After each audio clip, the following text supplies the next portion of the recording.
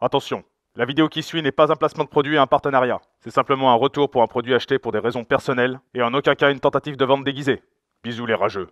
Salut les motards en sucre. Alors aujourd'hui on va se retrouver pour un petit test produit parce que je sais qu'il y a beaucoup de monde qui ont du mal à avoir une belle coupe de cheveux quand ils sont avec le casque. Donc on va voir un petit gel fibre de chez... Ta gueule. Salut bande de motards. Aujourd'hui on se retrouve pour un petit test produit sur un sac à dos qui m'a pas mal botté pendant toute la durée d'utilisation, à savoir plus d'un mois. Alors je sais que beaucoup vont être déçus mais non, je ne renie pas mon sac à dos Pop-Horn. Le problème c'est que Pop-Horn, on met pas grand chose dedans et elle est pas étanche surtout la salope. Alors pour remédier à ça, je me suis pris un petit sac à dos XL Moto Slipstream.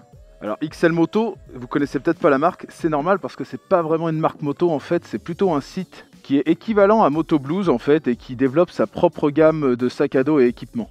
Alors pourquoi ce sac à dos m'a pas mal botté? En fait c'est assez simple, déjà le gros point positif c'est qu'il est résistant à l'eau sans aucune housse supplémentaire.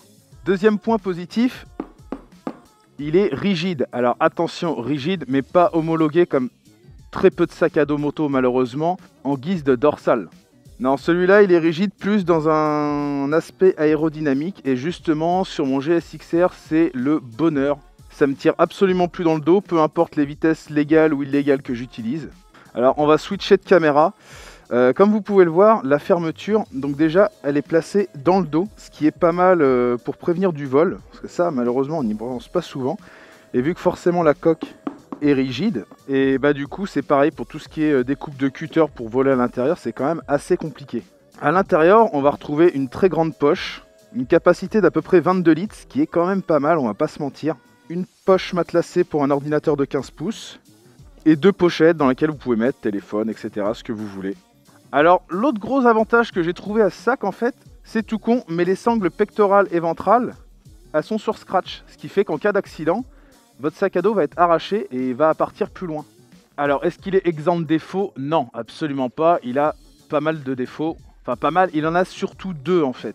Le plus petit des défauts, c'est sa conception. Vu que c'est une grande poche fourre-tout, en fait, si vous voulez un truc un peu organisé, non, ça va pas être pour vous parce que tout va se mélanger à l'intérieur. Ça va être un peu la merde.